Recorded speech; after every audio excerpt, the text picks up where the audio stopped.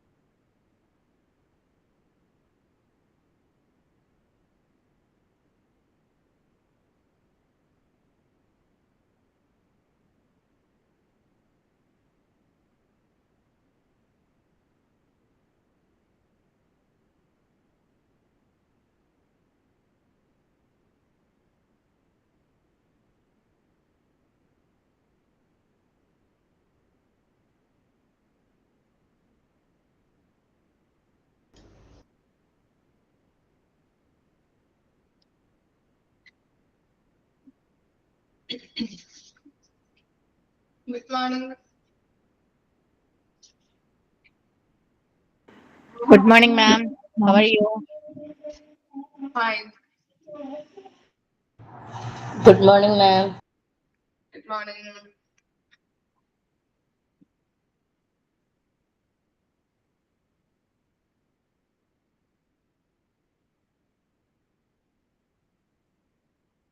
Okay start ചെയ്താലോ? നമ്മുടെ കഴിഞ്ഞ ക്ലാസ്സിൽ പറഞ്ഞു നിർത്തിയത് എന്താണ് പെർസ്പെക്റ്റീവ് ഓഫ് ക്വാളിറ്റി അല്ലെ, ഓരോരുത്തരുടെ കാഴ്ചപ്പാടുകളെ കുറിച്ചാണ് നമ്മൾ പറഞ്ഞു നിർത്തിയത്. അതില് സെക്കൻഡ് പോയിന്റ് വരെയാണ് നമ്മൾ പറഞ്ഞു നിർത്തിയത് അല്ലെ, ഹെൽത്ത് സ്റ്റാഫ് വരെയാണ് പറഞ്ഞു നിർത്തിയത്. ഇനി പറയാനുള്ളത് ദ ഹെൽത്ത് കെയർ മാനേജർ.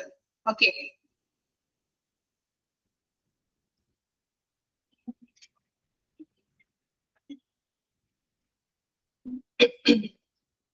വായിച്ചു നോക്കിയായിരുന്നോ?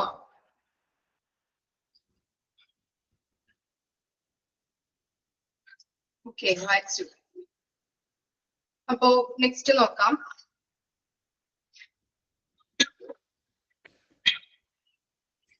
The health care manager. The health care manager considers the quality care as managing efficiently the resources of the health facility. Health staff attaining set targets, health staff being frequently. 1 minute about. 1 minute.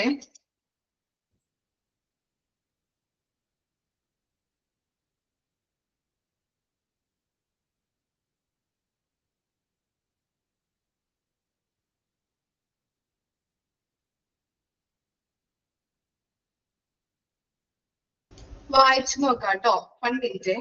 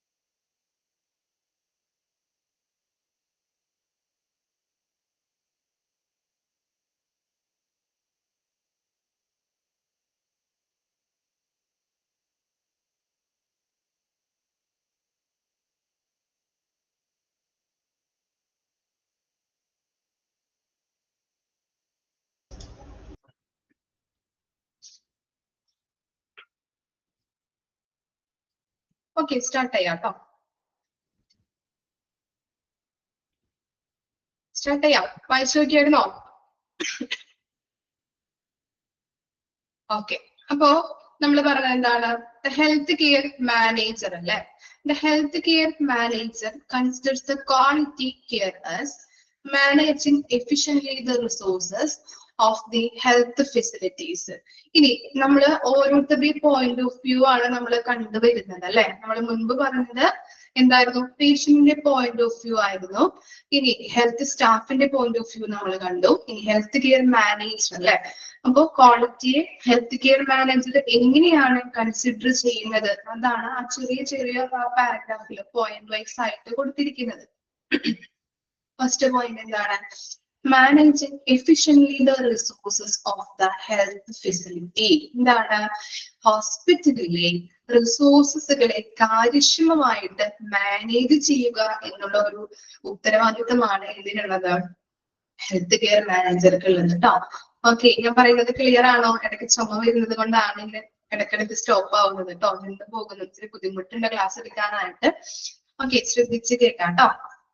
Okay, അപ്പൊ managing efficiently the resources of health facility എന്താ പറയുന്നത്? ഹോസ്പിറ്റലിലെ resources കാര്യക്ഷമമായിട്ട് manage ചെയ്യുക. Okay, സുഖമില്ല, അതുകൊണ്ടാണ് ജലദോഷം, called, അതുപോലെ തന്നെ ചുമയായിട്ട് ഇപ്പൊ വന്നിട്ടുണ്ട്. ജലദോഷം മാറിയപ്പോ ചുമയും, തൊണ്ടയില് കരകരപ്പ്, സംസാരിക്കാനൊക്കെ ബുദ്ധിമുട്ടുണ്ട്.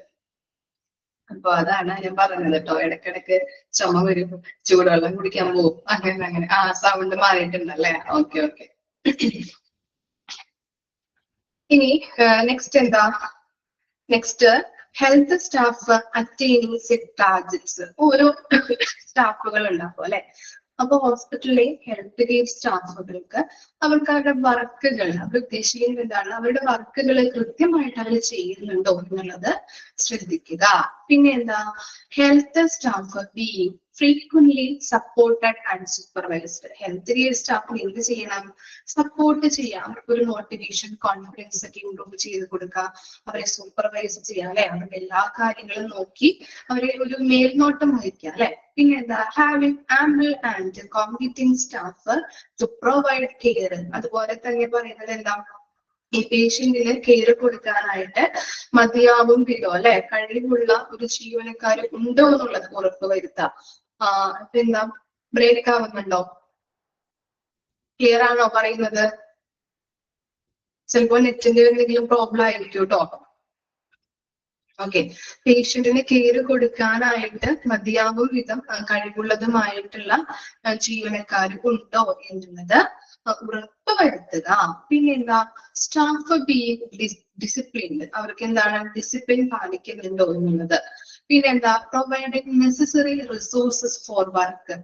റിസോഴ്സസുകൾ അനുസരിച്ചിട്ട് അല്ലെ അവർക്ക് അവരുടെ ജോലി ചെയ്യുവാൻ വേണ്ടതായിട്ടുള്ള റിസോഴ്സസുകൾ പ്രൊവൈഡ് ചെയ്യുക. ഇത്രയും കാര്യങ്ങളാണ് ഹെൽത്ത് മാനേജർ നോക്കേണ്ട കാര്യങ്ങളായിട്ട് വരുന്നത് കേട്ടോ. ഒരു ഹോസ്പിറ്റലില് ഹെൽത്ത് കെയർ മാനേജർ ക്വാളിറ്റിയുമായിട്ട് ബന്ധപ്പെട്ട അത് കൺസിഡർ ചെയ്യേണ്ട കാര്യങ്ങളാണ് താഴെ കൊടുത്തിരിക്കുന്നത്. മനസ്സിലായോ? ആദ്യം പറഞ്ഞത് എന്താണ്? ഹോസ്പിറ്റലിലെ റിസോഴ്സസുകൾ കാര്യക്ഷമമായിട്ട് മാനേജ് ചെയ്യുക. അതുപോലെ തന്നെ ഹെൽത്ത് സ്റ്റാഫ് അവരുടെ ജോലികൾ കറക്റ്റ് ആയിട്ട് ചെയ്യുന്നുണ്ടോ? ഓരോ ടാർഗറ്റ്സുകൾ കൊടുത്തിട്ടുണ്ടാവും അല്ലെ. ഇത്ര ദിവസത്തിനുള്ളിൽ ഇങ്ങനെ ചെയ്ത് തീർക്കണം. അപ്പൊ അതൊക്കെ അവർ കൃത്യമായിട്ട് ചെയ്യുന്നുണ്ടോ എന്നുള്ളത് ഉറപ്പുവരുത്താം. പിന്നെന്താ? Frequently supported and supervised. Health സ്റ്റാഫിന് എന്ത് ചെയ്യണം? പതിവായിട്ട് നമ്മൾ സപ്പോർട്ട് ചെയ്ത് കൊടുക്കുകയും അവരെ സൂപ്പർവൈസ് ചെയ്യുകയും വേണം. പിന്നെന്താണ്?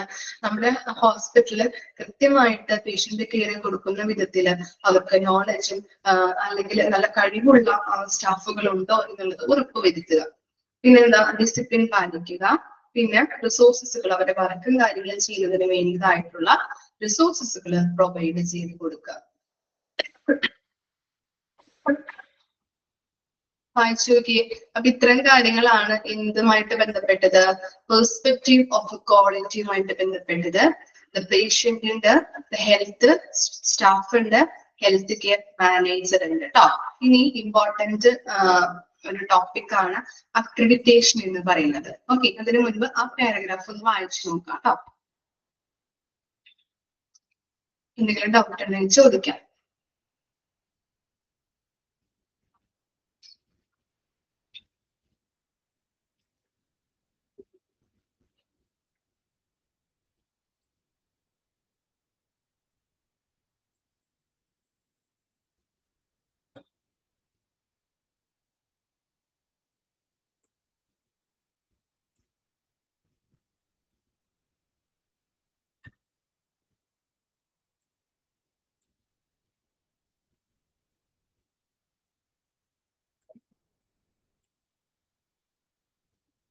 അയച്ചു കഴിഞ്ഞാൽ പറയണം കേട്ടോ.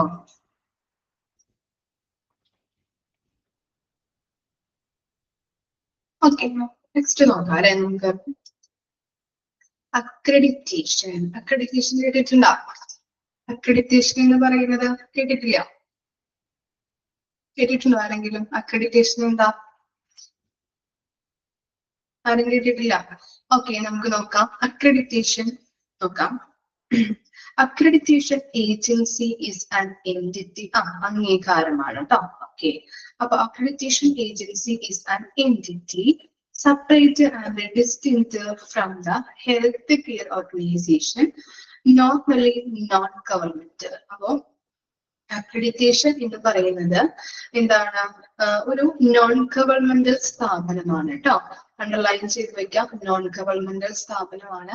അക്രഡിറ്റേഷൻ എന്ന് പറയുന്നത് ഒരു സ്ഥാപനത്തിന് ഔദ്യോഗികമായിട്ട് അംഗീകാരം നൽകുന്നതിനെയാണ് നമ്മൾ അക്രഡിറ്റേഷൻ എന്ന് പറയുന്നത്. അംഗീകാരം നൽകുക.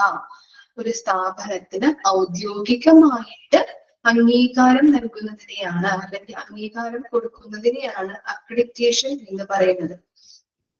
ഓക്കെ, നമുക്ക് ഒരു സ്ഥാപനത്തിന് വെറുതെ ഒരു അംഗീകാരം കൊടുക്കാൻ പറ്റുമോ? വെറുതെ കൊടുക്കാൻ പറ്റുമോ നമുക്ക്? ഇതിനിരിക്കട്ടെ ഒരു അംഗീകാരം, അങ്ങനെ കൊടുക്കാൻ പറ്റുമോ? നാക്ക് അല്ലെ? ഓക്കെ, അപ്പൊ അങ്ങനെ നമ്മൾ അംഗീകാരം കൊടുക്കുന്നത് എങ്ങനെയാണ്? അതിനു വേണ്ടിയിട്ട് ചില സ്റ്റാൻഡേർഡ്സ് വെച്ചിട്ടുണ്ടാവും, അല്ലെങ്കിൽ സ്റ്റാൻഡേർഡ്സ് കൊടുത്തിട്ടുണ്ടാവും. ചില സ്റ്റാൻഡേർഡ്സ് കൊടുത്തിട്ടുണ്ടാവും. ആ സ്റ്റാൻഡേർഡ്സ് അവർ പാലിച്ചിട്ടുണ്ടോ എന്ന് ചെക്ക് ചെയ്തിട്ടാണ് അക്രഡിറ്റേഷൻ ഓരോ സ്ഥാപനങ്ങൾക്കും കൊടുക്കുന്നത്. മനസ്സിലായോ? വെറുതെ നമുക്ക് ഓരോ സ്ഥാപനങ്ങൾക്ക് അംഗീകാരം കൊടുക്കാൻ പറ്റില്ല അല്ലെ? അതിനു വേണ്ടിയിട്ട് എന്തുണ്ട്? ചില സ്റ്റാൻഡേർഡ്സുകൾ ഉണ്ടാകും. ആ സ്റ്റാൻഡേർഡ്സുകൾ അവർ പാലിക്കുന്നുണ്ടോ എന്നുള്ളത് നോക്കിയിട്ടാണ് അംഗീകാരം കൊടുക്കുന്നത്. ഓക്കെ, ക്ലിയർ ആയോ? അപ്പൊ അക്രഡിറ്റേഷൻ എന്ന് പറയുന്നത് ഔദ്യോഗികമായിട്ട് നമ്മള് സ്ഥാപനങ്ങൾക്ക് കൊടുക്കുന്ന ഒരു അംഗീകാരമാണ്. അതെങ്ങനെ നമുക്ക് വെറുതെ കൊടുക്കാൻ പറ്റില്ല അല്ലെ? ചില സ്റ്റാൻഡേർഡ്സുകൾ ഉണ്ടാവും. ആ സ്റ്റാൻഡേർഡ്സുകൾ പാലിച്ചിട്ടുണ്ടോ എന്ന് നോക്കിയിട്ടാണ് അംഗീകാരം നൽകുന്നത്. അക്രഡിറ്റേഷൻ എന്ന് പറയുന്നത് എന്താണ്? അക്രഡിറ്റേഷൻ ഏജൻസി എന്ന് പറഞ്ഞാല് നോൺ ഗവൺമെന്റൽ സ്ഥാപനമാണ്. ഓക്കെ, ഇനി നോക്കാം. പോയിന്റ്സ് അവിടെ കൊടുത്തിട്ടുണ്ട്. As and health care organization to decide if it meet a set of needs planned to improve the safety and quality of care. എന്താ പറയുന്നത്? ഹോസ്പിറ്റലിൽ നമ്മൾ പറഞ്ഞിട്ടുണ്ടായിരുന്നു, ഹോസ്പിറ്റലിന് അംഗീകാരം കൊടുക്കണം എങ്കിൽ എന്തുണ്ടാവണം? ഒരു സ്റ്റാൻഡേർഡ്സ് ഉണ്ടാവും അല്ലെ? ആ സ്റ്റാൻഡേർഡ്സ്, ചില സ്റ്റാൻഡേർഡ്സുകൾ അവർ പറഞ്ഞിട്ടുണ്ടാവും. ആ സ്റ്റാൻഡേർഡ്സുകൾ കൃത്യമായിട്ട് പാലിച്ചിട്ടുണ്ടെങ്കിൽ മാത്രമാണ് അംഗീകാരം കൊടുക്കാനായിട്ട് പറ്റുള്ളൂ. ഓക്കെ, ആ സ്റ്റാൻഡേർഡ്സുകൾ എന്തിനു വേണ്ടിയിട്ടാണ് കൊടുക്കുന്നത്? അവര് ഇപ്പൊ ഹോസ്പിറ്റലുമായിട്ട് ബന്ധപ്പെട്ട് ചില സ്റ്റാൻഡേർഡ്സുകൾ എന്തിനു വേണ്ടിയിട്ടാണ് വെച്ചിരിക്കുന്നത് എന്ന് വെച്ച് കഴിഞ്ഞാല് പരിചരണത്തിന്റെയും ക്വാളിറ്റിയുടെയും, പരിചരണത്തിന്റെ നമ്മൾ ഹെൽത്ത് കെയർ ക്വാളിറ്റി കൊടുക്കുന്നത്, ഹെൽത്ത് കെയർ കൊടുക്കുന്നത് നല്ല ക്വാളിറ്റിയോട് കൂടിയിട്ട്, ഗുണനിലവാരത്തോട് കൂടിയിട്ടും അതുപോലെ തന്നെ സേഫ് ആയിട്ടും നമ്മൾ കൊടുക്കണം. ആ സേഫ്റ്റിയും അതുപോലെ തന്നെ ആ ഗുണനിലവാരവും ഇംപ്രൂവ് ചെയ്യാൻ വേണ്ടിയിട്ടാണ് ഇങ്ങനെയുള്ള സ്റ്റാൻഡേർഡ്സുകൾ വെച്ചിരിക്കുന്നത്. ഓക്കെ, ഫസ്റ്റ് പോയിന്റിൽ പറഞ്ഞത് എന്താണ്? Asks the health care organization to decide if it meets a set of needs planned to improve the safety and quality of care. ആ പോയിന്റിൽ എന്താ പറയുന്നത്? നമ്മൾ ഹോസ്പിറ്റലിന് അംഗീകാരം കൊടുക്കുന്നുണ്ട് അല്ലെ? വെറുതെ കൊടുക്കാൻ പറ്റില്ല, ചില സ്റ്റാൻഡേർഡ്സുകൾ ഉണ്ടെന്ന് പറഞ്ഞു. ആ സ്റ്റാൻഡേർഡ്സുകൾ എന്തിനു വേണ്ടിയിട്ടാണ് ഹോസ്പിറ്റലുകൾക്ക് കൊടുത്തിരിക്കുന്നത്? എന്തിനാണ് വെച്ച് കഴിഞ്ഞാല് പരിചരണത്തിന്റെ ക്വാളിറ്റിയും സേഫ്റ്റിയും ഇംപ്രൂവ് ചെയ്യാൻ വേണ്ടിയിട്ടാണ്. ഓക്കെ, ഇനി എന്താ? Accreditation is usually voluntary. Voluntary എന്ന് പറഞ്ഞാൽ എന്താ? വോളണ്ടറി? വോളണ്ടറി എന്ന് പറഞ്ഞാല് സ്വമേധ്യ അല്ലെങ്കിൽ സ്വമേധ്യ നടക്കുന്ന ഒരു പ്രേരണ അല്ലെ, സ്വമേധ്യ നടക്കുന്ന ഒരു പ്രേരണയാണ് അക്രഡിറ്റേഷൻ എന്ന് പറയുന്നത്.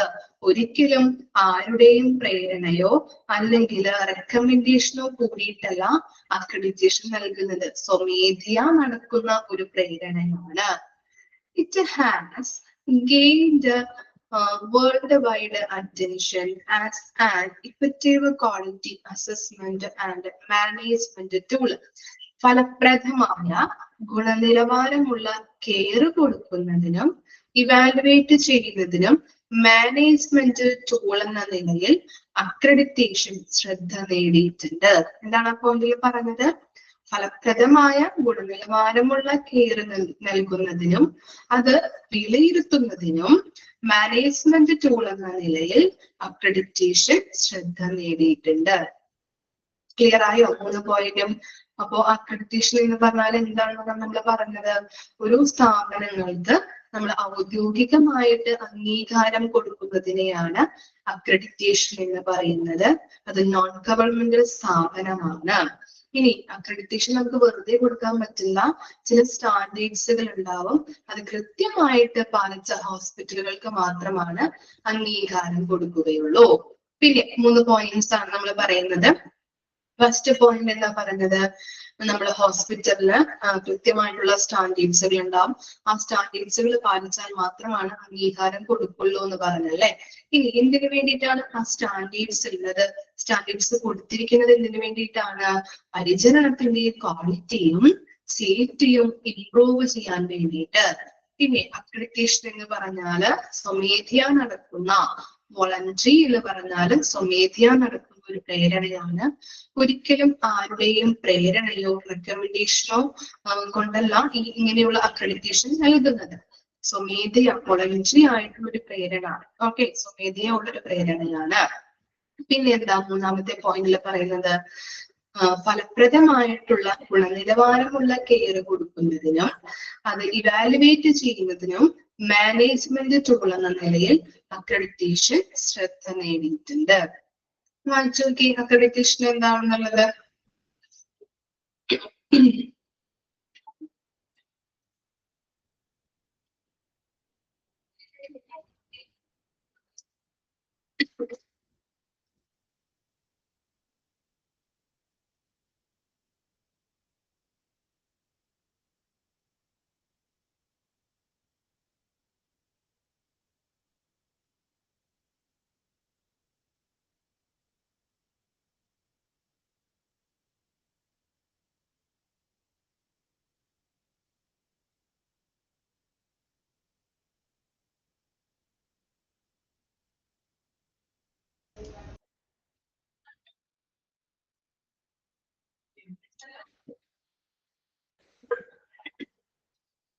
വായിച്ചോ റീത?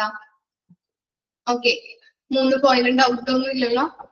ഓക്കെ, ഇനി നെക്സ്റ്റ് നോക്കിയാലോ? Benefits of accreditation. അക്രഡിറ്റേഷൻ കൊണ്ടുള്ള അഡ്വാൻറ്റേജ് അല്ലെങ്കിൽ ഗുണങ്ങൾ എന്തൊക്കെയാണെന്ന് നോക്കിയേ. ഫസ്റ്റ് വൺ എന്താ? Improve public trust. എങ്ങനെയാണ് പബ്ലിക് ട്രസ്റ്റ് ഇംപ്രൂവ് ആവുന്നത്?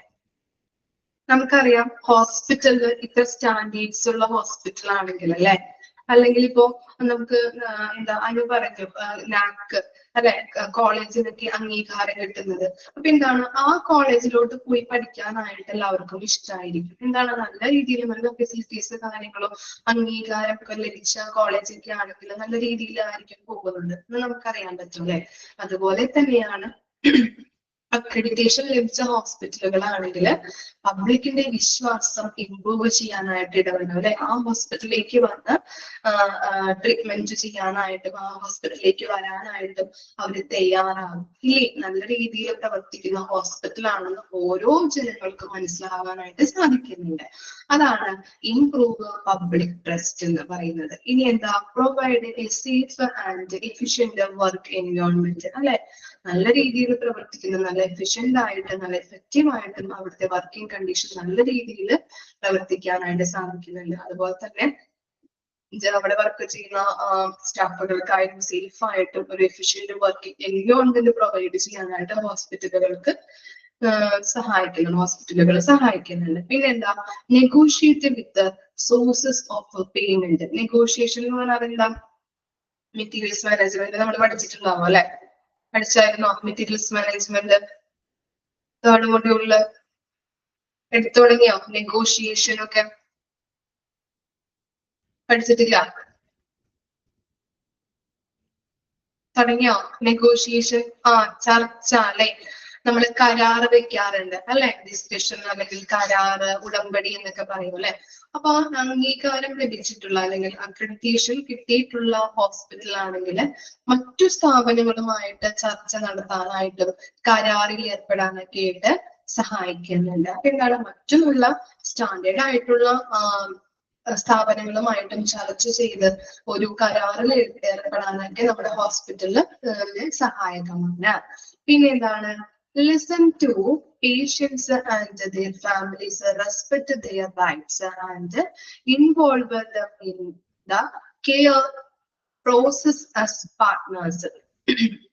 പിന്നെ അതുപോലെ തന്നെ നമ്മള് ഫാമിലി, അതുപോലെ തന്നെ പേഷ്യൻസ് ആയാലും അവരുടെ ഫാമിലിനെ ആയാലും നമ്മൾ റെസ്പെക്ട് ചെയ്യേണ്ടത് അത്യാവശ്യമാണ് അല്ലെ? അവരുടെ നീഡ്സ് അനുസരിച്ച്, അവരുടെ വാൺസ് അനുസരിച്ച് ഓരോ കാര്യങ്ങളും നമ്മൾ ചെയ്തു കൊടുക്കേണ്ടത് അത്യാവശ്യമാണ്. അപ്പൊ ഈ സ്റ്റാൻഡേർഡ്സിൽ പറഞ്ഞിട്ടുണ്ട് പേഷ്യൻസ് റൈറ്റ്സിനെ മാനിക്കണം എന്നുള്ളത് കേട്ടോ. ഓരോ സ്റ്റാൻഡേർഡ് നമ്മൾ ഇത് കഴിഞ്ഞിട്ട് പഠിക്കും കേട്ടോ. അപ്പൊ ഇപ്പൊ നാബ് ഒക്കെ എടുത്തു തുടങ്ങിയോ നിങ്ങൾക്ക്? എടുത്തു തുടങ്ങിയിട്ടില്ലല്ലോ, അതിനകത്തൊക്കെ ഉണ്ട്. അപ്പൊ അങ്ങനെയുള്ള കാര്യങ്ങൾ ആ ചാപ്റ്റേഴ്സ് ഒക്കെ പഠിക്കുമ്പോൾ നിങ്ങൾക്ക് ഒന്നും കൂടി ഫെമിലിയർ ആകും. അപ്പൊ ഇല്ല, എടുത്തു തുടങ്ങിയിട്ടുണ്ട് അല്ലെ? ഓക്കെ.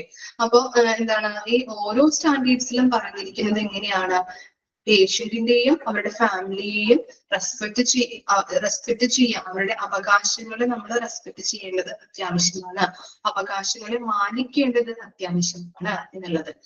ഇനി നെക്സ്റ്റ് എന്താണ്, generate a culture that is open to learning. എന്താ പറയുന്നത്, നമ്മള് പബ്ലിക് റിലേഷൻ ഒക്കെ പഠിച്ചിട്ടുണ്ടോ നിങ്ങള്? എടുത്തായിരുന്നോ പബ്ലിക് റിലേഷൻ? എടുത്തു. ഓക്കെ. അതിനകത്ത് ഓപ്പൺ ഡേ ഹൗസ് എന്നൊക്കെ പറഞ്ഞിട്ടുണ്ടായിരുന്നല്ലോ, ഓർമ്മയുണ്ടോ? എന്താണ് ഓപ്പൺ ഡേ ഹൗസ്? എന്താണ് ഓപ്പൺ ഡേ ഹൗസ് എന്ന് പറഞ്ഞിട്ടുണ്ടെങ്കിൽ നമുക്ക് എന്താണ്, അക്രഡിറ്റേഷൻ കിട്ടിയിട്ടുള്ള ഒരു ഹോസ്പിറ്റൽ ആണെങ്കിൽ അവിടെ എല്ലാ കാര്യങ്ങളും നമുക്ക് പബ്ലിക്കിന് നേരിട്ട് പോയിട്ട് പഠിക്കാനായിട്ടുള്ള സാഹചര്യം ഉണ്ട് എന്നാണ് അവിടെ പറയുന്നത്. ഓപ്പൺ ലേണിംഗ്, അവിടെ പോയി കണ്ട് അവരെങ്ങനെയാണ് സർവീസ് കൊടുക്കുന്നത്, അവരെങ്ങനെയാണ് കെയർ കൊടുക്കുന്നത്, അതൊക്കെ നമുക്ക് എന്താണ്, നേരിട്ട് കണ്ട് പോയി പഠിക്കാനായിട്ട് സാധിക്കുന്നു. Generate A culture that is open to learning. പിന്നെ എന്താണ്, establish collaborative leadership and continuous leadership. ഇവിടെ പറയുന്നത് ഒരിക്കലും അക്രഡിറ്റേഷൻ കിട്ടിയിട്ടുള്ള ഹോസ്പിറ്റൽ ആണെങ്കിൽ പിന്നെയും തുടർച്ചയായിട്ടുള്ള ഇയേഴ്സിലൊക്കെ അക്രഡിറ്റേഷൻ കിട്ടണമെന്നില്ല. കാരണം എന്താണ്, ഓരോ ഇയേഴ്സിലും അവരെന്ത് ചെയ്യുന്നുണ്ട്, ആ സ്റ്റാൻഡേർഡ്സുകളെ മാറ്റിക്കൊണ്ടിരിക്കും. നമ്മൾ പഠിക്കുന്നുണ്ട്, കുറച്ച് കഴിയുമ്പോൾ പഠിക്കും. ഒരു 3 വർഷത്തിൽ കൂടുമ്പോൾ അവര് റീഎക്സാമിൻ ചെയ്തുകൊണ്ടിരിക്കും. ഇങ്ങനെ സ്റ്റാൻഡേർഡ്സുകൾ മാറ്റിക്കൊണ്ടിരിക്കും. അപ്പൊ ആ സ്റ്റാൻഡേർഡ്സുകൾ കൃത്യമായിട്ട് പാലിച്ചിട്ടുണ്ടെങ്കിൽ മാത്രമാണ് പിന്നെ അക്രഡിറ്റേഷൻ നമുക്ക് ലഭിക്കുകയുള്ളൂ. മനസ്സിലായോ? Okay.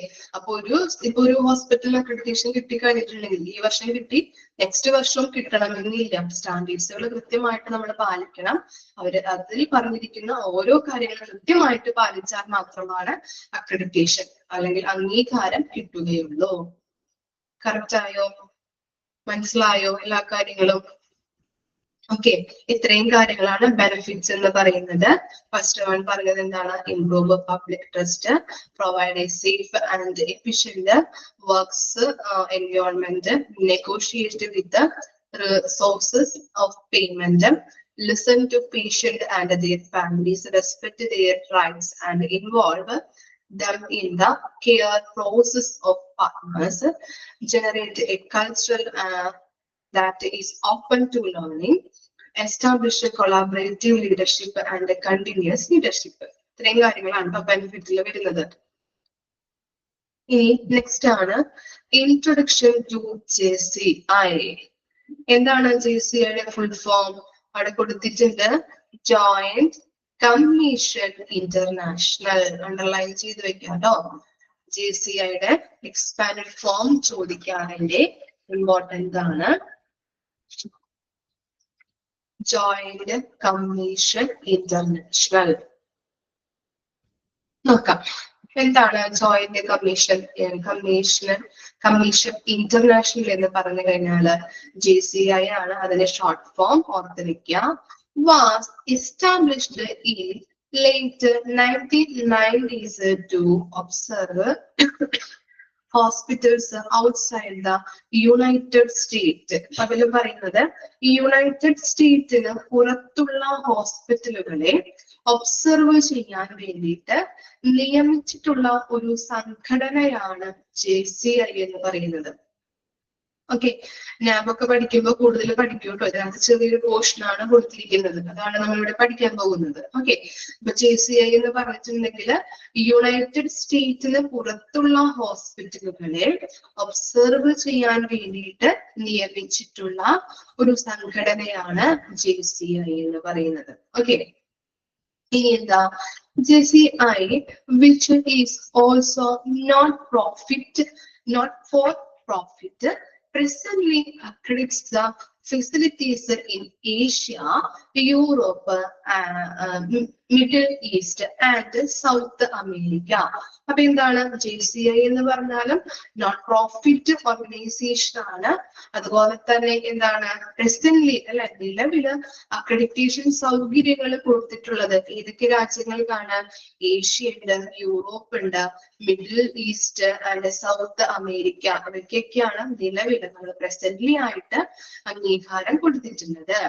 The count of JCI accredited hospital worldwide listed on JCI website till 2015 shows 820 hospitals in 47 and above countries. ഇനി ഇതിൽ പറയുന്നത് ഈ 2015 ലിസ്റ്റ് പ്രകാരം വേൾഡ് വൈഡ് ആയിട്ട് എന്താണ് അംഗീകാരം കൊടുത്തിട്ടുള്ള ഹോസ്പിറ്റലുകൾ എന്ന് പറഞ്ഞിട്ടുണ്ടെങ്കിൽ എന്താണ് 47 ആൻഡ് എബവ് കൺട്രീസില് ഈ JCI അംഗീകാരം ലഭിച്ചിട്ടുള്ള ഹോസ്പിറ്റലുകളുടെ എണ്ണമാണ് കൊടുത്തിരിക്കുന്നത്. എത്രയാണ്? 820 ഹോസ്പിറ്റലുകൾക്കാണ് അംഗീകാരം കൊടുത്തിട്ടുള്ളത്. 2015 ലിസ്റ്റ് പ്രകാരം വേൾഡ് വൈഡ് ആയിട്ട് എന്താണ് 47 ആൻഡ് എബവ് കൺട്രീസില് അംഗീകാരം കൊടുത്തിട്ടുള്ളത് എത്ര ഹോസ്പിറ്റലുകൾക്കാണ്? 820 ഹോസ്പിറ്റലുകൾക്കാണ്. ഇനി ഇന്ത്യയിലെ അംഗീകാരം ലഭിച്ചിട്ടുള്ള ഹോസ്പിറ്റലുകൾ എത്ര എണ്ണമാണ്? അതൊന്ന് നോട്ട് ചെയ്ത് വെക്കാം. 21 ആണ് ചോദിക്കാറുണ്ട്. നമ്മുടെ ഇന്ത്യയിൽ അറിഞ്ഞിരിക്കണം പ്രധാനമായിട്ടും. ഇന്ത്യയിലെ അംഗീകാരം ലഭിച്ചിട്ടുള്ള ഹോസ്പിറ്റലുകൾ എന്ന് പറഞ്ഞാല് 21 ആണ്. JCI stands for നമ്മൾ പറഞ്ഞിട്ടുണ്ടായിരുന്നല്ലേ നേരത്തെ JCIയുടെ ഫുൾ ഫോം എന്താണ്? ജോയിന്റ് കമ്മീഷൻ ഇന്റർനാഷണൽ ആണ്. ഓർത്ത് വെക്കാം കേട്ടോ. It is US based not for profit accreditation body which set and addresses the standards for the healthcare providers level of performance in key functional aspects like patient rights, patient treatment and infection control. അപ്പൊ എന്താണ് പറയുന്നത്? നമ്മൾ പറഞ്ഞു US based ആയിട്ടുള്ള ഒരു not for profit accreditation ബോഡിയാണ് എന്ത് JCI എന്ന് പറയുന്നത്. നമ്മൾ മുൻപ് ആ പോയിന്റിൽ പഠിച്ചിട്ടുണ്ട് അല്ലെ. പിന്നെ എന്താണ് എന്താണ് സ്റ്റാൻഡേർഡ്സുകൾ അല്ലെ. ഓരോ സ്റ്റാൻഡേർഡ്സുകൾ ഈ അക്രഡിറ്റേഷൻ ബോഡിയിൽ ചെയ്യുന്നുണ്ട്, കൊടുത്തിട്ടുണ്ടാവും അല്ലെ. ആ സ്റ്റാൻഡേർഡ്സുകൾ അനുസരിച്ച് അവരുടെ ആ പെർഫോമൻസ് ലെവൽ എത്രത്തോളം ഉണ്ടെന്നുള്ളത് JCI നോക്കും. എന്നിട്ട് മാത്രമാണ് ഹോസ്പിറ്റലുകൾക്ക് അംഗീകാരം കൊടുക്കുകയുള്ളൂ. ഏതൊക്കെയാണ് അതിൽ മെയിൻ ആയിട്ട് വരുന്ന പോയിന്റ്സ് എന്ന് പറഞ്ഞാല് എന്തൊക്കെയാണ്? 3 കാര്യങ്ങൾ. പേഷ്യന്റ് റൈറ്റ്സ് അവിടെ കൊടുത്തിട്ടുണ്ടോ? Like patient rights, patient treatment, infection control. പേഷ്യൻസിന്റെ അവകാശങ്ങള്, പേഷ്യൻസിന് കൊടുക്കുന്ന ക്വാളിറ്റിയുള്ള ട്രീറ്റ്മെന്റ് ആണോ, ഇൻഫെക്ഷൻ കൺട്രോൾ കൃത്യമായിട്ട് പാലിക്കുന്നുണ്ടോ, ഇങ്ങനെയുള്ള ഈ സ്റ്റാൻഡേർഡ്സുകൾ നോക്കിയിട്ടാണ് ഇവര് ഹോസ്പിറ്റലുകൾക്ക് അംഗീകാരം നൽകുന്നത്. ഈ 3 കാര്യങ്ങളും കൃത്യമായിട്ട് പാലിച്ചിട്ടുണ്ടെങ്കിൽ എന്ത് ചെയ്യുന്നുണ്ട്? JCI അംഗീകാരം കൊടുക്കുന്നുണ്ട്. ഓക്കെ, ഇത് കൃത്യമായിട്ട് പാലിച്ചിട്ടുണ്ടോ എന്നുള്ളത് ഈ പ്രധാന മേഖലകളിൽ, പ്രധാന 3 മേഖലകള് കൃത്യമായിട്ട് പാലിച്ചിട്ടുണ്ടോ എന്നുള്ളത് JCI നോക്കുന്നുണ്ട്. ഇനി എന്താ? JCI's goals is to improve the quality of health care in the international community by keeping world wide accreditation services. എന്താണ് ഇതിൽ പറയുന്നത്? അന്താരാഷ്ട്ര സമൂഹത്തില് നല്ല ഗുണനിലവാരമുള്ള ആരോഗ്യ പരിചരണം കൊടുക്കുക അല്ലെങ്കിൽ മെച്ചപ്പെടുത്തുവാൻ വേണ്ടിയിട്ട് രാജ്യമെമ്പാടും അക്രഡിറ്റേഷൻ സേവനങ്ങള് JCI നൽകുന്നുണ്ട്. ഒന്നുകൂടി പറയാം. അപ്പോ ഇതിൽ എന്താ പറഞ്ഞത്? അന്താരാഷ്ട്ര സമൂഹത്തില് നല്ല ഗുണനിലവാരമുള്ള ആരോഗ്യ പരിചരണം മെച്ചപ്പെടുത്താൻ വേണ്ടിയിട്ട് ലോകമെമ്പാടും അല്ലെങ്കിൽ രാജ്യമെമ്പാടും ഈ അക്രഡിറ്റേഷൻ സേവനങ്ങള് നൽകുന്നുണ്ട്. പിന്നെ എന്താണ്?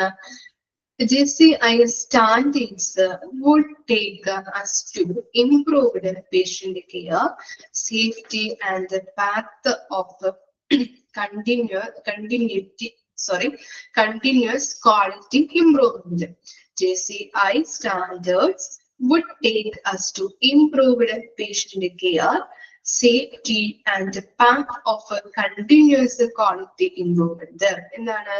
ഇങ്ങനെയുള്ള JCI സ്റ്റാൻഡേർഡ്സുകൾ നമ്മൾ പാലിക്കുന്നതിലൂടെ എന്തൊക്കെ നമുക്ക് മെച്ചപ്പെടുത്താനായിട്ട് സാധിക്കുന്നുണ്ട്? ഇംപ്രൂവ് അല്ലെ? എന്തൊക്കെയാണ്? പേഷ്യന്റ് കെയർ, സേഫ്റ്റി, സുരക്ഷയോട് കൂടിയിട്ട് പ്രൊവൈഡ് ചെയ്യാനായിട്ട് അല്ലെ, path of continuous quality improvement. അപ്പൊ അങ്ങനെയുള്ള കാര്യങ്ങൾ നമുക്ക് ഇംപ്രൂവ് ചെയ്യാനായിട്ട് സാധിക്കുന്നുണ്ട്. പിന്നെ എന്താണ്? JCI accreditation is the gold standards for quality since it reflect the provision of the highest level of patient care and patient safety. അപ്പൊ എന്താ പറയുന്നത്? ഇവിടെ പറയുന്നത് അതിന് മുമ്പുള്ള പോയിന്റ് നമ്മൾ പറഞ്ഞായിരുന്നോ? വിട്ടുപോയല്ലേ മിസ്? ഓക്കെ. അപ്പൊ അത് നോക്കാട്ടെ നമുക്ക്. This would strengthen patient third party and ensure confidence and would provide as a competitive edge. അപ്പൊ എന്താണ്? നമുക്ക് JCI അംഗീകാരം കിട്ടിയിട്ടുള്ള ഹോസ്പിറ്റലുകളിൽ വന്നിരിക്കുന്ന പേഷ്യൻസിന്, അതുപോലെ തേർഡ് പാർട്ടി എന്ന് ഉദ്ദേശിക്കുന്നത് ഇൻഷുറൻസ് കമ്പനീസ് ഒക്കെ ഇല്ലേ, അതിനെയാണ് തേർഡ് പാർട്ടി എന്ന് ഉദ്ദേശിക്കുന്നത്. അപ്പം JCI അംഗീകാരം കിട്ടിയിട്ടുള്ള, അക്രഡിറ്റേഷൻ കിട്ടിയിട്ടുള്ള ഹോസ്പിറ്റലുകളിൽ വരുന്ന പേഷ്യൻസിന്, തേർഡ് പാർട്ടീസിന്, അതുപോലെ തന്നെ ഇൻഷുറൻസ് കമ്പനീസിനൊക്കെ കേട്ടോ, ഇൻഷുറൻസ് കമ്പനീസിനൊക്കെ ഒരു ആത്മവിശ്വാസം ശക്തിപ്പെടുത്താനായിട്ട് സഹായിക്കുന്നുണ്ട് അല്ലെ. എന്താണ്? നല്ല ക്വാളിറ്റി ആയിരിക്കും, നല്ല സേഫ്റ്റിയോട് കൂടിയിട്ട് അവര് പ്രൊവൈഡ് ചെയ്യുന്ന ഒരു കെയർ ഉണ്ടാവും അല്ലെ, നല്ലൊരു കമ്മ്യൂണിക്കേഷൻ ഉണ്ടാവും, പേഷ്യൻസിനെ അറിഞ്ഞ് പേഷ്യൻസിന്റെ റൈറ്റ് മാനിച്ചുകൊണ്ട് അല്ലെ. അങ്ങനെയുള്ള ഒരു ട്രീറ്റ്മെന്റ് ആണ് ഓരോ രോഗികൾക്കും കൊടുക്കുന്നുണ്ട് അല്ലെ. JCI അംഗീകാരം ലഭിച്ചിട്ടുള്ള, അക്രഡിറ്റേഷൻ ലഭിച്ചിട്ടുള്ള ഹോസ്പിറ്റലുകൾ. അപ്പൊ എന്താണ്? ഇങ്ങനെയുള്ള തേർഡ് പാർട്ടീസിനായാലും അതുപോലെ തന്നെ പേഷ്യൻസിനായാലും അവർക്ക് ഒരു കോൺഫിഡൻസ് ശക്തിപ്പെടുത്താനായിട്ട് സാധിക്കുന്നുണ്ട് ഈ അംഗീകാരം ലഭിക്കുന്നതിലൂടെ. പിന്നെ എന്താണ്? JCI accreditation is the gold standards for quality since it reflects the provision of the highest level of patient care and patient safety. എന്താണ്? ഒരു ഈ സുവർണ നേട്ടം അല്ലെ, അക്രഡിറ്റേഷൻ എന്ന് പറഞ്ഞിരിക്കുന്ന ഈ സുവർണ നേട്ടം കിട്ടുന്നതിലൂടെ ആ ഹോസ്പിറ്റലുകളില് പേഷ്യന്റ് കെയറും പേഷ്യന്റ് സേഫ്റ്റിയും ഉറപ്പുവരുത്തുന്നുണ്ട് എന്ന് മനസ്സിലാക്കാനായിട്ട് നമുക്ക് സാധിക്കും അല്ലെ. അങ്ങനെ അല്ലാന്നുണ്ടെങ്കിൽ അംഗീകാരം കൊടുക്കുന്നില്ല അല്ലെ ഹോസ്പിറ്റലുകൾക്ക്. അതാണ് പറയുന്നത്. ഒരു സ്റ്റാൻഡേർഡ്സ് ഉണ്ടാവും ഇവര് പറഞ്ഞിരിക്കുന്ന രീതിയിൽ. ഈ സ്റ്റാൻഡേർഡ്സുകൾ എന്തിനു വേണ്ടിയിട്ടാണ്? സേഫ്റ്റിയോട് കൂടിയിട്ടും, നമ്മൾ മുമ്പ് പറഞ്ഞിട്ടുണ്ടായിരുന്നു കേട്ടോ, സേഫ്റ്റിയോട് കൂടിയിട്ടും ക്വാളിറ്റിയോട് കൂടിയിട്ടും പേഷ്യന്റ് കെയർ പ്രൊവൈഡ് ചെയ്യാൻ വേണ്ടിയിട്ടാണ് സ്റ്റാൻഡേർഡ്സ് വെച്ചിരിക്കുന്നത്. അതുകൊണ്ട് തന്നെ പേഷ്യന്റ് കെയറും പേഷ്യന്റ് സേഫ്റ്റിയും ഉറപ്പുവരുത്തുന്നുണ്ടെന്ന് നമുക്ക് മനസ്സിലാക്കാനായിട്ട് സാധിക്കുന്നുണ്ട്. ക്ലിയർ ആയോ പോയിന്റ്സുകള്? ഓക്കെ, ഒന്ന് വായിച്ചു നോക്കിയേ. വായിച്ചു നോക്കാട്ടോ. എന്തെങ്കിലും പോയിന്റ് ഡൗട്ട് ഉണ്ടെങ്കിൽ ചോദിക്കാം. ഒന്ന് വായിച്ചു നോക്കട്ടോ.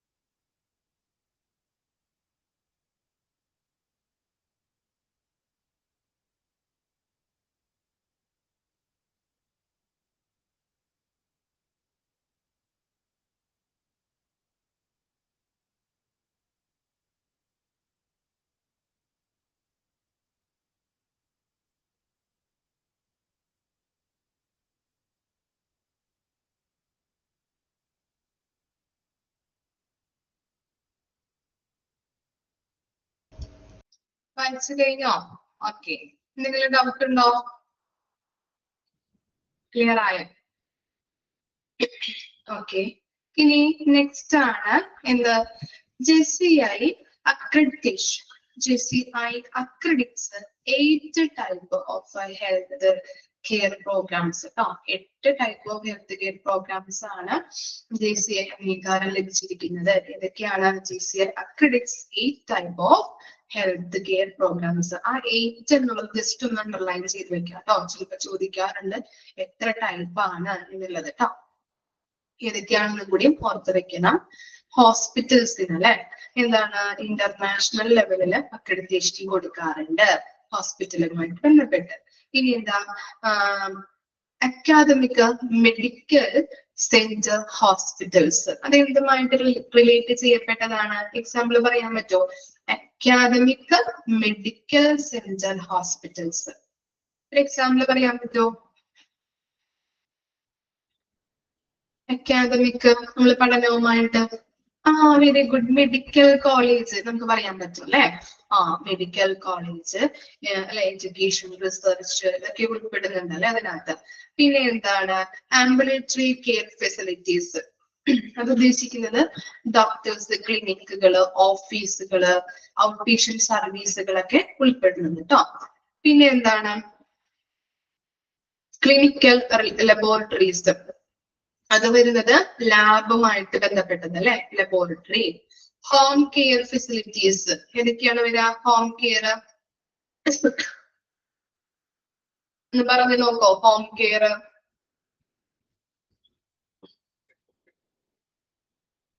ഏതൊക്കെയാ? Palliative care. Okay, very good. പിന്നെ long term care facility next വരുന്നതാണ്. ലോങ് ടേം കെയർ ഫെസിലിറ്റി ഏതൊക്കെ വരാം?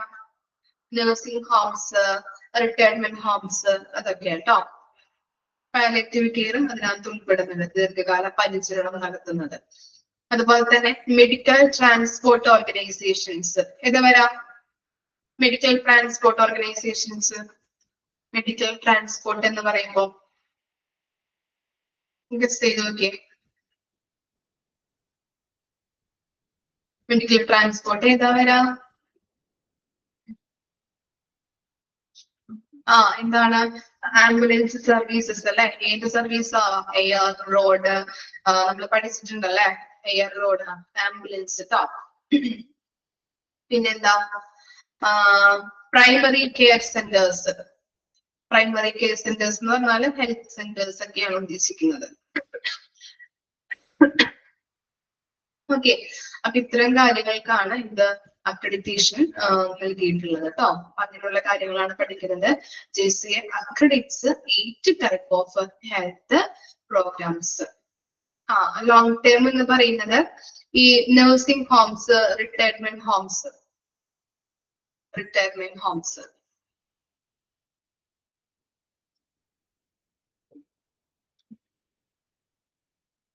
ഓക്കെ, ഇനി നെക്സ്റ്റ് ആണ് JCI 5th എഡിഷൻ ആണ് നമുക്ക് പഠിക്കാനുള്ളത്.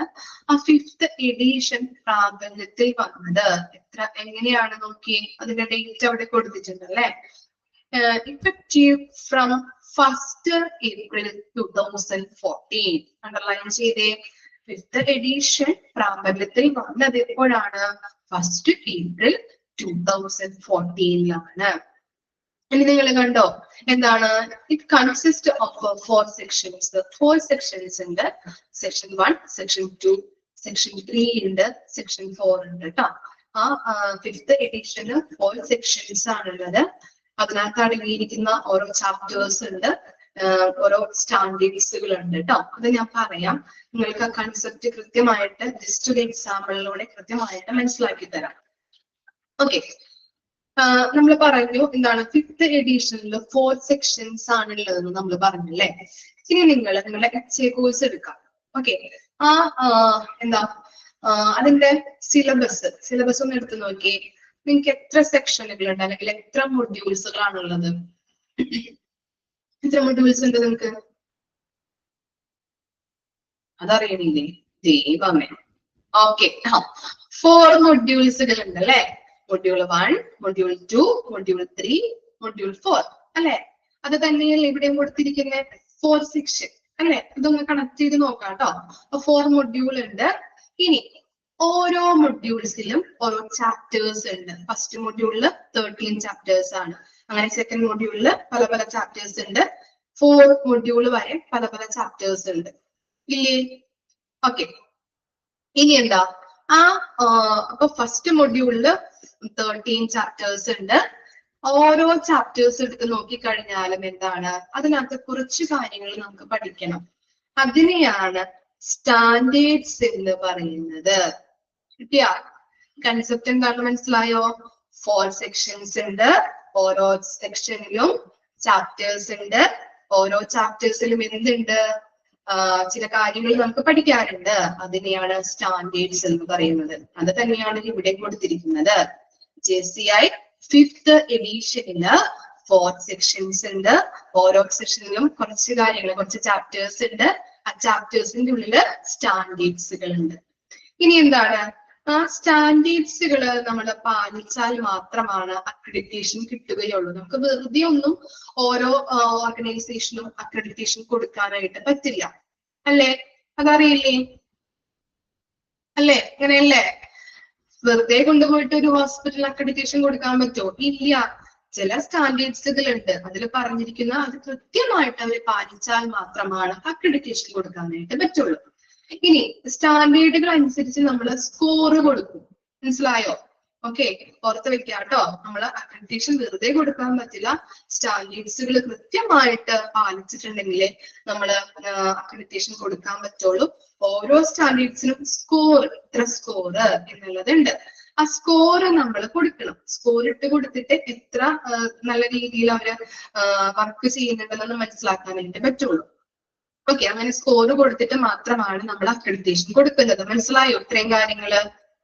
4 section, chapters, standards, score. Okay, ഇനി സ്കോർ കൊടുക്കുമ്പോ അതിനകത്ത് നമ്മൾ നോക്കുന്നത് എന്താണ്? Measurable elements. മെഷറബിൾ എലമെന്റ്സ് കൃത്യമായിട്ട് പാലിക്കുന്നുണ്ടോ എന്നുള്ളത് നമ്മൾ നോക്കും. എക്സാമ്പിൾ മിസ് പറയാം.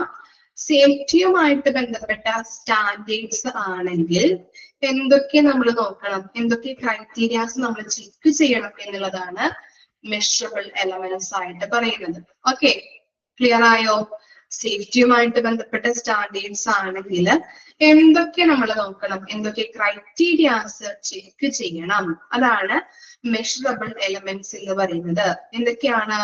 ആക്സിഡന്റ് റേറ്റ് എത്രത്തോളം ഉണ്ടായിട്ടുണ്ട്, ഇൻസിഡന്റ് റിപ്പോർട്ട് കറക്റ്റ് ആയിട്ട് അവര് റിപ്പോർട്ട് ചെയ്തിട്ടുണ്ടോ, ഇനി സേഫ്റ്റി പ്രൊസീജിയറുമായിട്ട് ബന്ധപ്പെട്ട കംപ്ലൈന്റ്സുകൾ എത്രമാണുള്ളത്, അങ്ങനെ. അപ്പൊ അങ്ങനെയുള്ള മെഷറബിൾ എലമെന്റ്സ് നമ്മൾ ചെക്ക് ചെയ്തിട്ട് വേണം സ്കോർ കൊടുക്കാനായിട്ട്. ഇത്രയും കാര്യങ്ങൾ മനസ്സിലായോ? ഓക്കെ ആണോ? എന്തെങ്കിലും തലയിൽ കയറിയിട്ടുണ്ടോ? ഓക്കെ, ഇത്രയും കാര്യങ്ങളാണ് നമ്മൾ പറഞ്ഞത്. 4 സെക്ഷൻ ഉണ്ട്, ചാപ്റ്റേഴ്സ് ഉണ്ട്, സ്റ്റാൻഡേർഡ്സ് ഉണ്ട്.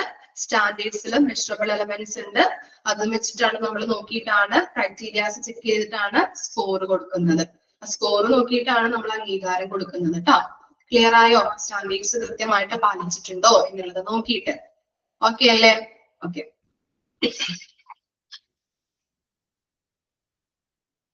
അപ്പൊ നമ്മൾ പറഞ്ഞു JCI 5th എഡിഷൻ. ഇടയ്ക്ക് ചുമക്കുമ്പോ നിങ്ങൾക്ക് ഡിസ്റ്റർബൻസ് വന്നിട്ടുണ്ടാ? ഇടയ്ക്കിടയ്ക്ക് ചുമ വരും, അതുകൊണ്ടാണ്. ഓക്കെ, ഇല്ല. ഓക്കെ, കൃത്യമായിട്ട് കേൾക്കാൻ പറ്റുന്നില്ലേ? കൺസെപ്റ്റ് കിട്ടുന്നില്ലേ നിങ്ങൾക്ക്? ചുമക്കുമ്പോ ഡിസ്റ്റർബൻസ് ഉണ്ടോ എന്ന് ചോദിക്കുന്നതാണ്. Okay okay. അപ്പോ 5th edition, JCI 5th edition എന്ന് പറഞ്ഞാൽ അത് പ്രാബല്യത്തിൽ വന്നത് 1st April 2014 അത് ഓർത്ത് വെക്കാം. പിന്നെ നമ്മൾ പറഞ്ഞു ഈ 5th എഡിഷന് 4 സെക്ഷൻസ് ഉണ്ട്. ഇനി ഓരോന്നും നമ്മൾ പഠിക്കാൻ പോണേ കേട്ടോ. 4 സെക്ഷൻസ്. ഫസ്റ്റ് സെക്ഷൻ നോക്കിയേ, include accreditation participation requirements APR. APRന്റെ ഷോർട്ട് ഫോം അല്ലെ? APR എന്ന് പറഞ്ഞാൽ ഷോർട്ട് ഫോം ആക്കി കൊടുത്തിരിക്കുന്നതാണ്. എന്തിനെയാണ് കൊടുത്തിരിക്കുന്നത്? Accreditation participation requirements. അതാണ് അതിന്റെ ഫുൾ ഫോം കേട്ടോ. മനസ്സിലാക്കി വെക്കാം. ഫസ്റ്റ് സെക്ഷനിലെ ചാപ്റ്റർ ആണ് എന്താ? അക്രഡിറ്റേഷൻ പാർട്ടിസിപ്പേഷൻ റിക്വയർമെന്റ്സ് എന്ന് പറയുന്നത്. അതിന്റെ ഷോർട്ട് ഫോം ആണ് APR. ഇനി APR എന്ന് പറഞ്ഞാൽ എന്താണ്? അക്രഡിറ്റേഷൻ കിട്ടുന്നതിന് വേണ്ടിയിട്ട് ഒരു സ്ഥാപനം എന്തൊക്കെ ചെയ്യണം, എന്തൊക്കെ കാര്യങ്ങളാണ് ചെയ്യേണ്ടത് എന്നുള്ള കാര്യങ്ങളാണ് അതിൽ കൊടുത്തിരിക്കുന്നത്. മനസ്സിലായോ? അക്രഡിറ്റേഷൻ ലഭിക്കാൻ വേണ്ടിയിട്ട് ഒരു സ്ഥാപനം എന്തൊക്കെ കാര്യങ്ങളാണ് ചെയ്യേണ്ടത് എന്നുള്ളതാണ് ആ ഫസ്റ്റ് ചാപ്റ്ററിൽ ഉള്ളത്. ഓക്കെ, ഇനി സെക്കൻഡ് സെക്ഷൻ ആണ് വരുന്നത്. എന്താണ്? Patient centred standards. Patient centred standards ഓരോ ചാപ്റ്റേഴ്സും ഇവിടെ കൊടുത്തിരിക്കുന്നത് നോക്കിയേ. ഓരോ ചാപ്റ്റേഴ്സ് ആണ് കേട്ടോ. IPSD, ACC, PFR, AOP, COP. ഇതൊക്കെ എന്താ? ചാപ്റ്റേഴ്സ് ആണ്. ഓക്കെ, ക്ലിയർ ആയില്ലേ? ഓക്കെ, അപ്പോ രണ്ടാമത്തെ സെക്ഷനില് പേഷ്യന്റ് സെന്റേർഡ് സ്റ്റാൻഡേർഡ്സ് ആണുള്ളത്. ഓരോ ചാപ്റ്റേഴ്സ് ആണ് നമ്മൾ നോക്കാൻ പോകുന്നത്. IPSG എന്ന് പറഞ്ഞാല് international patient safety goal. Okay, international IPSG, international patient safety goal. Okay, ഇവിടെ പറയുന്നത് എന്താണ്? വരുന്ന പേഷ്യന്റിന്റെ സുരക്ഷയുമായിട്ട് ബന്ധപ്പെട്ട കാര്യങ്ങളാണ് അതിലുള്ളത് കേട്ടോ. IPSG-യിലുള്ളത് വരുന്ന പേഷ്യന്റിന്റെ സുരക്ഷയുമായിട്ടുള്ള മാനദണ്ഡങ്ങൾ കേട്ടോ, ക്രൈറ്റീരിയാസ്. അതാണ് അതിനകത്തുള്ളത്. പേഷ്യന്റിന്റെ സുരക്ഷയുമായിട്ട് ബന്ധപ്പെട്ട മാനദണ്ഡങ്ങൾ. ഇനി എന്താ? ACC. ACC എന്ന് പറഞ്ഞാല് access to care and continuity of care. എന്താണ്? വരുന്ന പേഷ്യന്റിന്റെ കെയറിലേക്കുള്ള പ്രവേശനം. നമ്മൾ പഠിച്ചിട്ടുണ്ടല്ലേ ക്വാളിറ്റി മാനേജ്മെന്റില്. നമ്മൾ ആദ്യ ടൈമിൽ നമ്മൾ പഠിച്ചിട്ടുണ്ടായിരുന്നു അല്ലെ, ആക്സസ് അല്ലെ. വരുന്ന പേഷ്യന്റിന്റെ കെയറിലേക്കുള്ള പ്രവേശനവും അതിന്റെ കണ്ടിന്യൂറ്റിയും പിന്തുടർച്ചയും. പിന്നെന്താ? PFR, patient and family rights. എന്താണ്? അവകാശങ്ങളുമായിട്ട് ബന്ധപ്പെട്ട സ്റ്റാൻഡേർഡ്സ് ആണ് അതിനകത്ത് പറയുന്നത്. ഇനി എന്താ? AOP, assessment of A patient. Assessment ചെയ്യാം അല്ലെ. അസസ്മെന്റ് എന്ന് പറഞ്ഞാല് മരുന്നിന്റെ കാര്യങ്ങള്, ട്രീറ്റ്മെന്റിന്റെ കാര്യങ്ങള്, ഇവയുടെയൊക്കെ അസസ്മെന്റ് ആണ് ഈ ഇതിൽ പറയുന്നത്. ഇനി നെക്സ്റ്റ് പറയുന്നത് എന്താണ്? COP, കെയർ ഓഫ് പേഷ്യന്റ് എന്ന് പറഞ്ഞിട്ടുണ്ടെങ്കിൽ ഏത് തരത്തിലുള്ള പരിചരണമാണ് രോഗികൾക്ക് വേണ്ടത്? ഔട്ട് പേഷ്യന്റ് ആണോ, ഇൻ പേഷ്യന്റ് ആണോ എന്നുള്ളതാണ് കെയർ ഓഫ് പേഷ്യന്റ് എന്ന് പറയുന്നത്. ഇനി എന്താ ASC? എന്താണ്? Anaesthesia and surgical care. Okay, അപ്പൊ നമുക്കറിയാം അനസ്തേഷ്യയുമായിട്ട് അല്ലെങ്കിൽ സർജിക്കൽ കെയറുമായിട്ട് ബന്ധപ്പെട്ട statics. MMU, medication management and use. Okay, MMU എന്ന് പറഞ്ഞാൽ മെഡിക്കേഷൻ മാനേജ്മെന്റ് ആൻഡ് യൂസ്. എന്താണ്? കൊടുക്കുന്ന മരുന്നിന്റെ മാനേജ്മെന്റും അതിന്റെ യൂസുമാണ് ഇതിൽ വരുന്നത്. പിന്നെ എന്താണ്? PFE. PFE എന്ന് പറഞ്ഞാല് പേഷ്യന്റ് ആൻഡ് ഫാമിലി എഡ്യൂക്കേഷൻ. അവർക്ക് കൊടുക്കുന്ന അവയർനെസ്സുമായിട്ട് അല്ലെ, പേഷ്യൻസിന് അവരുടെ ഫാമിലിക്ക് കൊടുക്കുന്ന അവയർനെസ് അല്ലെ. എഡ്യൂക്കേഷൻ എന്ന് പറഞ്ഞാൽ അവയർനെസ് ആണ്, അതുമായിട്ട് ബന്ധപ്പെട്ട സ്റ്റാൻഡേർഡ്സ് ആണ് അതിൽ വരുന്നത്. ഓക്കെ, ക്ലിയർ ആയോ? അപ്പോ സെക്ഷൻ 2 വരെയാണ് നമ്മൾ എടുത്തത്. ഇനി ഓരോന്നും നമുക്ക് ഇമ്പോർട്ടന്റ് ആയിട്ടുള്ള കാര്യങ്ങളുണ്ട്. ഇപ്പൊ MMU എന്ന് പറഞ്ഞാൽ അതിന്റെ എക്സ്പാൻഡ് ഫോം ചോദിക്കാറുണ്ട്. അപ്പൊ ആ സെക്ഷൻ 2 ഇമ്പോർട്ടന്റ് ആയിട്ടുള്ള കാര്യങ്ങൾ മിസ് ഒന്ന് മാർക്ക് ചെയ്ത് തരാം. ജസ്റ്റ് ഒന്ന് മാർക്ക് ചെയ്തിടാം കേട്ടോ. ഇമ്പോർട്ടന്റ് ആണ്, അപ്പൊ ജസ്റ്റ് ഒന്ന് പഠിക്കുക. ഓക്കെ, ഫസ്റ്റ് സെക്ഷനില് APR എന്നുള്ളത് ഒരു സ്റ്റാൻഡേർഡ് ഉള്ളൂ, അപ്പൊ അത് കൃത്യമായിട്ട് പഠിച്ചു വെക്കാം. APR എന്താണ് അതിന്റെ full form? Accreditation participation requirements. ഇനി സെക്ഷൻ 2 വരുന്നത് MMU ഒന്ന് മാർക്ക് ചെയ്ത് വെച്ചോളൂ കേട്ടോ. MMU, PFE. രണ്ട് കാര്യങ്ങളാണ് ഇമ്പോർട്ടന്റ് ആയിട്ടുള്ളത്. അതിന്റെ എക്സ്പാൻഡ് ഫോം ചോദിക്കാവുന്നതാണ്, കൃത്യമായിട്ട് അത് പഠിക്കാം. ബാക്കിയുള്ളതും കൂടി ഒന്ന് നോക്കാട്ടോ, അത് നോക്കാതെ പോവരുത്. ഇത് കൃത്യമായിട്ട് ഞാൻ 2 എണ്ണം മാർക്ക് ചെയ്ത് തന്നിട്ടുണ്ട്, അത് കൃത്യമായിട്ട് പഠിക്കാം. ബാക്കിയുള്ളതും കൂടി ഒന്ന് ഓർത്ത് വെക്കാം കേട്ടോ. MMU എന്ന് പറഞ്ഞിട്ടുണ്ടെങ്കിൽ എന്താണ്? മരുന്നിന്റെ മാനേജ്മെന്റും യൂസസുമാണ് അതിൽ പറയുന്നത്.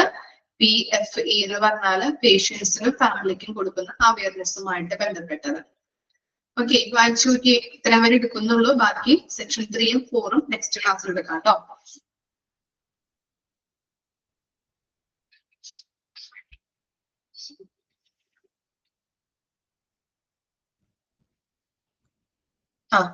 സെക്ഷൻ 1 പറയണോ? സെക്ഷൻ 1 എന്ന് പറഞ്ഞിട്ടുണ്ടെങ്കിൽ എന്താണ്? സെക്ഷൻ 1 എന്ന് പറഞ്ഞാല് അക്രഡിറ്റേഷൻ പാർട്ടിസിപ്പേഷൻ റിക്വയർമെന്റ്സ് കേട്ടോ. അക്രഡിറ്റേഷൻ പാർട്ടിസിപ്പേഷൻ റിക്വയർമെന്റ്സ് അതെന്ന് പറഞ്ഞിട്ടുണ്ടെങ്കിൽ അക്രഡിറ്റേഷൻ കിട്ടാൻ വേണ്ടിയിട്ട് സ്ഥാപനം എന്തൊക്കെ കാര്യങ്ങൾ ചെയ്യേണ്ടത്, എന്തൊക്കെയാണ് ചെയ്യേണ്ടത് എന്നുള്ള കാര്യങ്ങളാണ് അതിൽ കൊടുത്തിരിക്കുന്നത്. ഓക്കെ, ഇനി വേറെ എന്തെങ്കിലും ഡൗട്ട് ഉണ്ടോ? ഇല്ല, ഓക്കെ ആണോ? അപ്പൊ കൃത്യമായിട്ട് ഇവിടം വരെ കൃത്യമായിട്ട് വായിച്ച് മനസ്സിലാക്കിയിട്ട് വരണം കേട്ടോ.